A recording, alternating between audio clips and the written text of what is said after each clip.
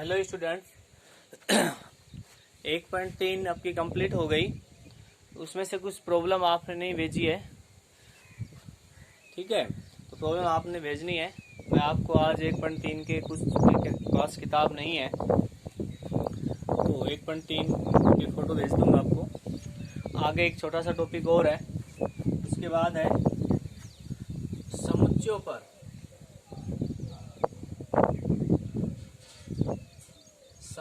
पर संक्रिया। देखो संक्रिया क्या होती है। जैसे आप संख्याओं पे संक्रिया पढ़ी थी, संख्याओं पर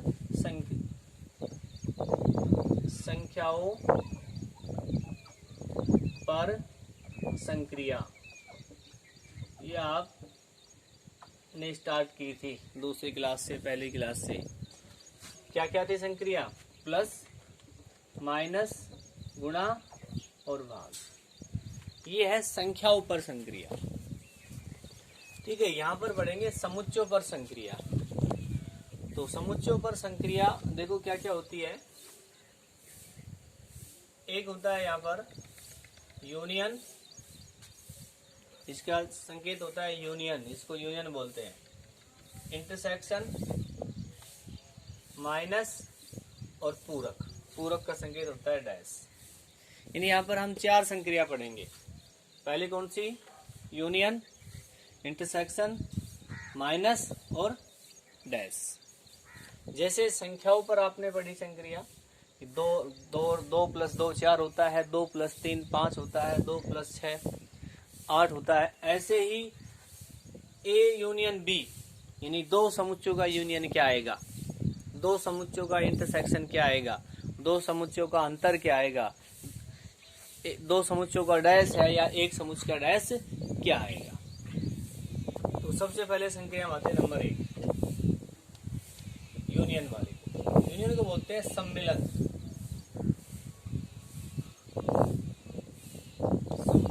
मिलन संक्रिया,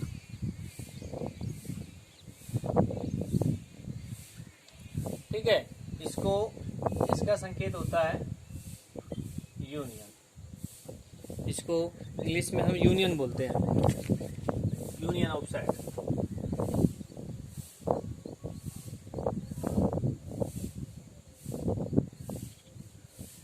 यूनियन ऑफ सेट्स, ठीक है। देखो यूनियन क्या होता है पहले समझते हैं, परिभाषा बाद लिखेंगे।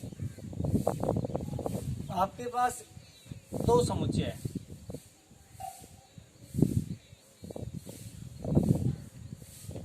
दो समुच्चय ए तथा बी है।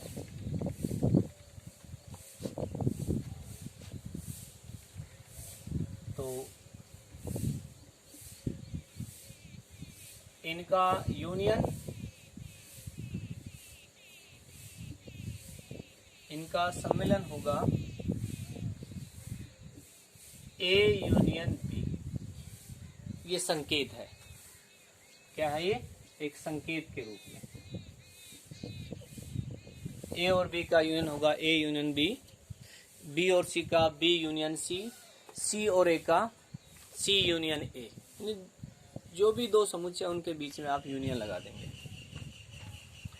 ठीक है। होता क्या है,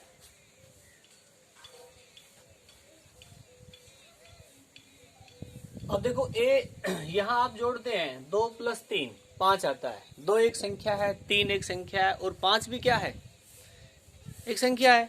तो यहाँ पर ए एक समुच्चय है, बी एक समुच्चय है, इनका यूनियन है ना, ये भी एक समुच्चय है। ए यूनियन बी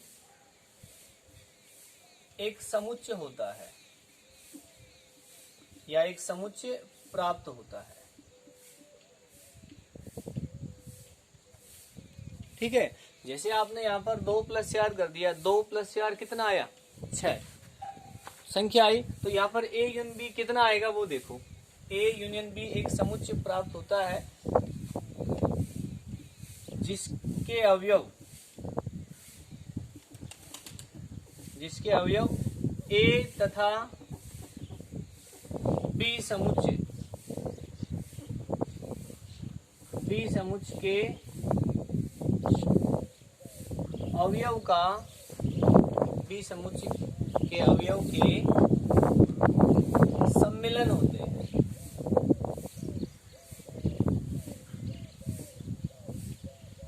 क्या होते हैं? सम्मिलन होते हैं।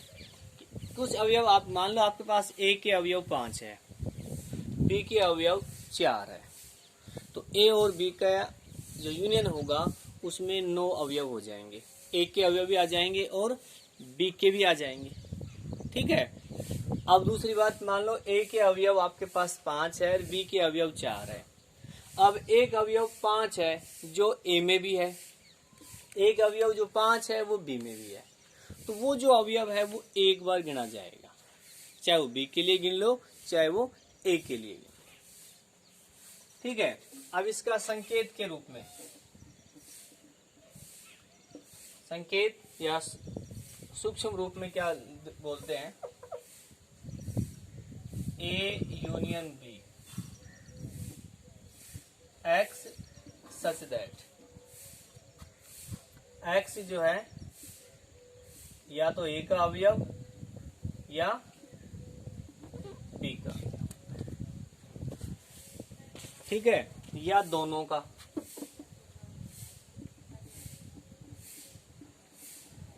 ए कोमा बी का। हिंदी में यूनियन को या बोलते हैं। जहां यह आ जाएगा उसका मतलब आपने यूनियन निकालनी है। ठीक है। एग्जाम्पल देखो, एग्जाम्पल से समझ में आएगा आपको। ए बराबर है आपके पास 1 2 3, बी बराबर है 2 3 4 5। तो ए यूनियन बी ज्ञात करो। ए यूनियन बी ज्ञात करो। तो ए यूनियन बी आपने ज्ञात करना है। पहले ए के अवयव लिख दो आप, 1 2 3। ठीक है। अब बी के अवयव में जाएंगे तो बी के अवयव में से वे हटा देंगे जो कॉमन है। तो 2 3 2 3 इसमें इनको नहीं लिखेंगे दोबारा। क्या बच गए आप? 4 और 5 बच गए। ठीक है। आपके पास अगला एग्जांपल ए बराबर में है ए बी, बी बराबर में है बी सी और सी बराबर में है डी ई। तो A union B union C ज्ञात करो। A union B union C ज्ञात करो। तो क्या आएगा? A union B union C, A के अवयव यूनियन बी के अवयव यूनियन सी के अवयव। ठीक है। पहले ए के लिखो, ए कोमा बी, फिर बी के।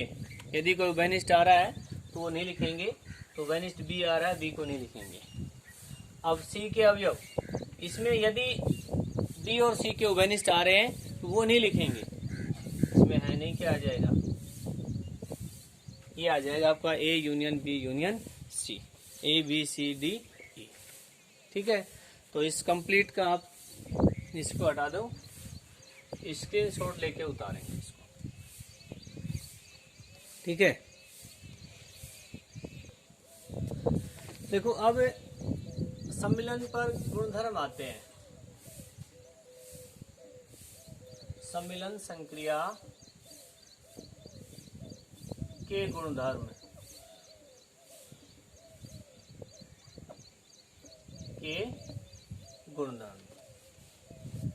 पहला है गुणधर्म क्या है? एक समुच्चय ए है, एक समुच्चय ए है, दोनों का यूनियन निकालेंगे।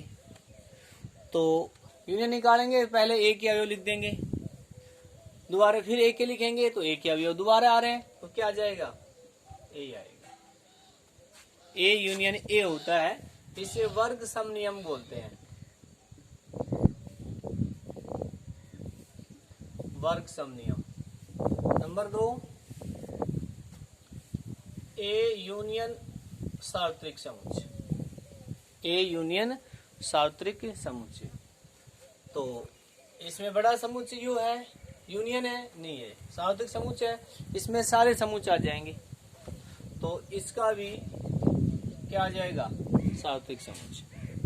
ठीक है, उदाहरण के लिए मान लो आर वास्तविक संख्या है और ए आपने ले ली 1 2 3 4 5। अब पहले हम लिखेंगे ए के, तो 1 2 3 4 5 लिख दिया, बाकी आर के। अब आर के 5 छोड़ के बाकी सारे लिख देंगे, तो क्या सारे का मतलब क्या आ जाएगा, आर आ जाएगा। नंबर 3, ए यूनियन रिक्त समुच्चय, ए यूनियन रिक्त समुच्चय। इसमें एक भी अवयव नहीं है, इसमें एक है तो ए आ जाएगा। ठीक है, अब नंबर 4, आप ए यूनियन बी निकालो चाहे बी यूनियन ए निकालो, इसे क्रम विनिमय नियम बोलते हैं, क्रम विनिमय नियम। कि वे क्रम बदल के निकालते हैं तो सेम आएगा, कोई फर्क नहीं पड़ेगा इसमें। Number 5, A union B union C है आपके पास,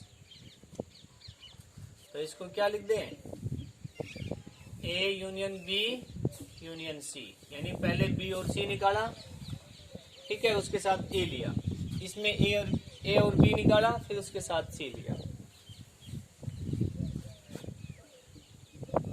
ए उप समुच्चय है बी का, तो ए यूनियन बी क्या आएगा, ए के सारे अवयव बी में है, ए के सारे अवयव बी में है, तो क्या आ जाएगा, बी आ जाएगा।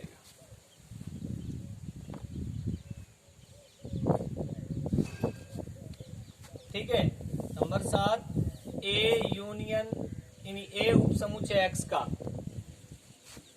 बी उप समुच्चय है एक्स का, ए यूनियन बी क्या आएगा, ए उप समुच्चय एक्स का, बी उप समुच्चय है एक्स का, तो क्या आ जाएगा, ये एक्स ही आ जाएगा। तो इसका आपने स्क्रीनशॉट लेके उतारना है। ठीक है, अब इस पे आधारित एग्जाम्पल आप 1.4 जो है उसमें है, सिर्फ आपने यूनियन के सवाल करने हैं, सिर्फ आपने यूनियन के सवाल, इंटरसेक्शन आपको कल बताएंगे।